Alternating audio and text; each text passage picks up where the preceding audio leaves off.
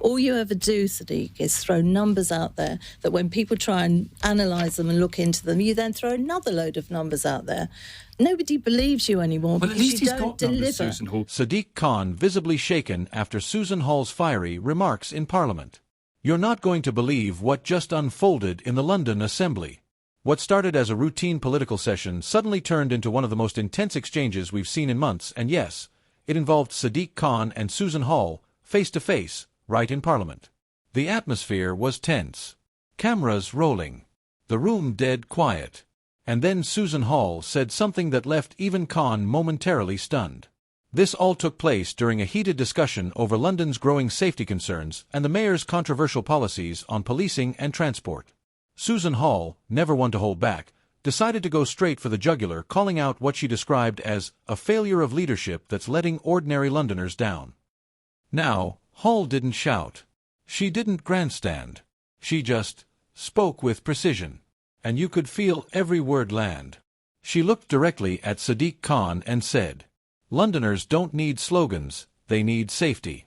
They don't need politics, they need protection. That's when the atmosphere shifted. The mayor, who had been calm and composed up to that point, suddenly paused.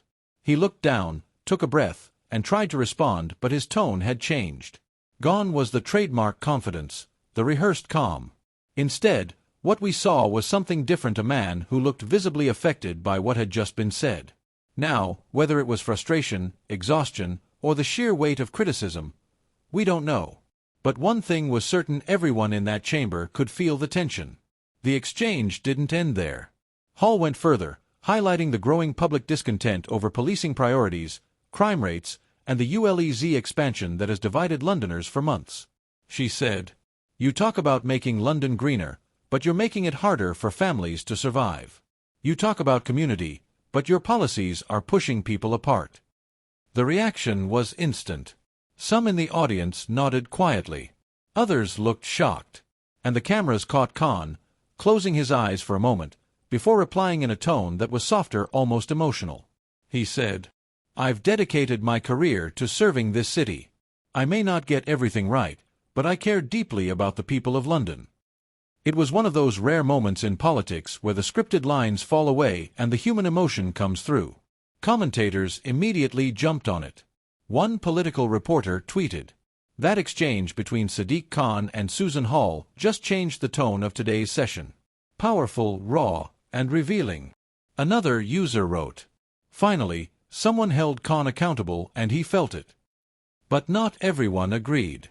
Some felt Hall went too far, saying her tone was overly aggressive. Others praised her for cutting through what they called political theater. Either way, the clip spread like wildfire. Within hours, snippets of the exchange were trending on X, TikTok, and YouTube. Here's what made it so impactful. For months, Susan Hall has been one of SADIQ KHAN's fiercest critics, particularly over the ULEZ expansion, knife crime, and cost of living pressures in London. She's built her political image on being blunt, unapologetic, and laser-focused on what she calls the forgotten Londoner. And this moment in Parliament, under the lights, was her biggest stage yet. For SADIQ KHAN, it was different. He's used to criticism, sure, but this was personal. Hall's words hit directly at his sense of purpose, questioning whether his leadership was truly helping the very people he promised to protect. And that, politically speaking, cuts deeper than any policy debate ever could. This wasn't just a spat between two rivals. It was a reflection of something much bigger: the growing divide in London politics. On one side, you have Khan, representing a progressive vision focused on climate, inclusivity, and long-term reform. On the other, figures like Susan Hall, pushing for immediate, tangible change, especially when it comes to safety, crime, and affordability. And right now, the frustration among voters is boiling over. People aren't just listening to what's being said, they're feeling it. And that's why moments like this matter. Political analysts describe the exchange as a turning point, not because of what was said, but because of how it felt. One journalist put it this way: For the first time in months, Khan looked human, vulnerable even. And that vulnerability made the politics of the moment hit harder. Meanwhile, Hall supporters saw it as vindication, proof that her persistence in calling out the mayor is starting to pay off in the court of public opinion. Even neutral observers agreed, this was more than politics. It was theater with real emotion. Public reaction has been split, but passionate. Comments online read things like, "Khan finally heard what we've been shouting for years," and "Susan Hall spoke truth to power whether you like her or not, she nailed it." Others were more measured. "You can see Khan cares. But sometimes caring isn't enough. Leadership means facing the music, and he did."